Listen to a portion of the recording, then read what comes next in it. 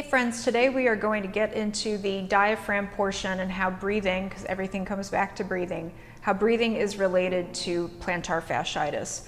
If you come across any of my other videos, you might have heard me talk about the different archways and the different diaphragms of the body. So we have the foot, which is an archway. We also have the archway, which is the diaphragm that moves up and down like this. In other words, tension in our breath totally mirrors into our feet. I also think that a big portion of plantar fasciitis is that people don't rotate correctly as they walk. So that's something that we're going to address in a later episode. But for today, we will be doing some twisting as a part of our breath opener. And then we'll also spend some time talking about posture at the end of this video and maybe how you're overdoing it.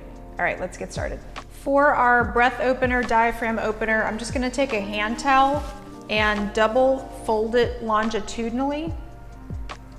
I'm gonna place that on one side of my spine. So I guess I'll start on my right. So you want it just to the right of the spine, so the meaty part. And then this, you could just have a regular towel. So first I'm going to take my foot and I'm just gonna slide that leg back and forth, taking time to really focus on my breath as I do it. I'll do 3 more.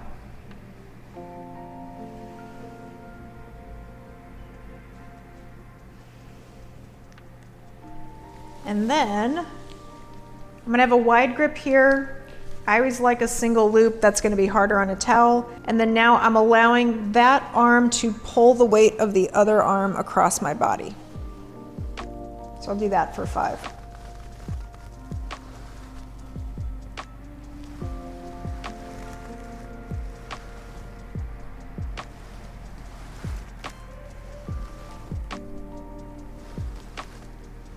And then I'm going to pause and have my knees bent and kind of do a similar idea where I'm going to cross the active leg, and that leg is pulling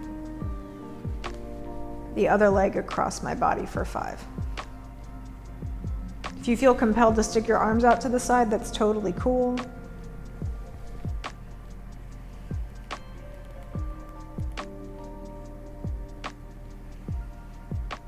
And I'm not huge on breath cues, to be honest, unless it's something strenuous and somebody really needs to.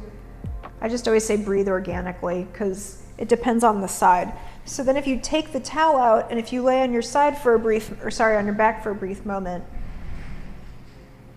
and take an inhalation and an exhalation, and hopefully it should be easier to breathe into the side that we just did. So then we'll do the other side. So I have that on the left side of my spine now, and I'm going to just slide my foot back and forth for 5.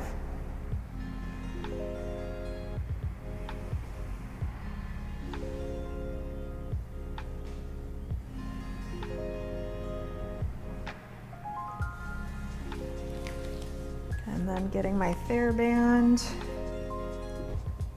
letting that arm just be heavy and pull my other arm across my body.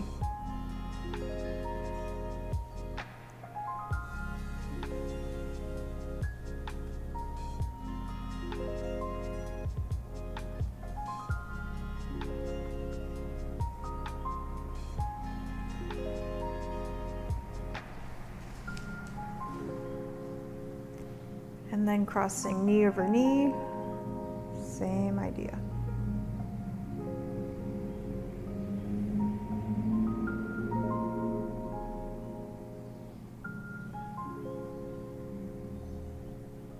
Two more. Just having the thought that, having like beginning tests and ending tests, it would be interesting. Didn't think to try this, but what if we can take that out and do another test breath.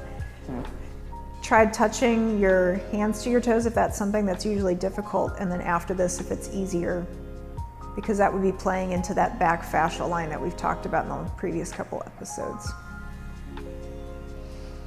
Yummy. And next, just a brief explanation of how people try too hard in feigning good posture. So we can see that the spine naturally has a curve like a spring. So on some level, if all of these diaphragms are working together, there is sort of a natural oscillation. I call it more like it's like Tigger rather than just a pogo stick. I guess Tigger did kind of go on a pogo stick, but you get what I mean, that we sort of have this nice, gentle oscillation going forward. And what happens is that people try too hard to affix their shoulders back, and we get that cue all the time of pinch your shoulder blades together. And I'm not saying that those muscles tend to be weak, it's just oversimplifying what needs to happen. So if you tense your shoulder blades together, what's happening is that you're naturally going to push your chest forward, and it actually creates a lot of pressure in the neck, to the point where over the years I've actually had a few clients who had disc issues and ruptured discs because they walked around like this all day long. So you see that a lot in military postures, ballet, but even anybody who overtrains those muscles. And so when we do that, we've talked about this fascial line here, that then you're kind of pinching into that fascial line, and then this becomes my pogo stick. Instead of looking at these more dynamic colors over here where the body is constantly crissing and crossing itself as it moves, which is why the image that I always give here is that whenever you look at your footprints in the sand, you're not on a tightrope, which is what would be if we were on the pogo stick, but rather you're on a slight zigzag. So let's look at maybe some different cues and some ways that you can approach posture in your own body that's a little bit more organic for day to day, because it changes day to day. So rather than thinking something so simple as I pinch my shoulder blades together, let's kind of bring it back to this idea of the diaphragms, so that as you are trying to find good posture, think about, and here we're just talking about standing posture, think about aligning your diaphragms. So I have those two archways of my feet, I have the archway of my pelvis, and I'm basically trying to center the archway of my pelvis with my weight centered over the archways of my feet. So that's my stable base. One of the ways you can kind of try to play with this, because it will change day to day, is if you rock side to side, see if, and you may want to close your eyes as you do this, see if you can kind of feel where your body feels like it is centered, and then try just settling into that. Then we're going to talk about more of these upper diaphragms. A common cue that people give, and I think this can oversimplify it as well, but if I push my chin backwards and I give myself a double chin and then I slowly start to let my head come forwards, you'll feel a point at which hopefully things feel aligned, but also where it becomes easier to breathe. So we basically have this horizontal archway and then this other plane of archways. I know it's a lot to think about, right? Okay, take that for what it is, but if that speaks to you, fine. What speaks to me is finding this, what I call more of an energetic, where I kind of feel like the whoomp whoomp, and then I sort of settle into what feels like the spotlight. And then I'm gonna take these two fingers in particular, and I'm gonna kind of tip my chin down and really think about, I'm sort of elongating my head upwards, like I'm kind of growing like a Jack and the Beanstalk head. So anti-turtle neck, I'm not retracting my head. And as I do that, seeing if I can feel the lengthening out of the back of my neck, because that's part of my spine. And that checking in with my breath. And hopefully it's easier to breathe because I'm not collapsing down on myself, which is what a lot of us do, and then we jet our heads forward.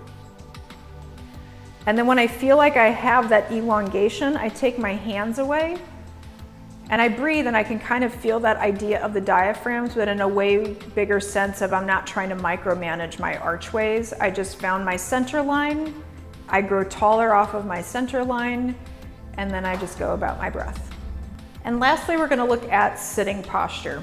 A lot of us sit in chairs that are kind of tipped backwards or are too low. Think of your low couches, your car, so that whenever I go to sit down, my hips are now lower than my knees. So if I need to really actually have good posture, it's not going to happen, because if I've got a backing to the chair, it automatically is going to force me to tuck my tail under. Instead, what I want is, ideally, honestly, something that's kind of firm is good, but you know, there's only so much that's realistic when you're sitting and doing this.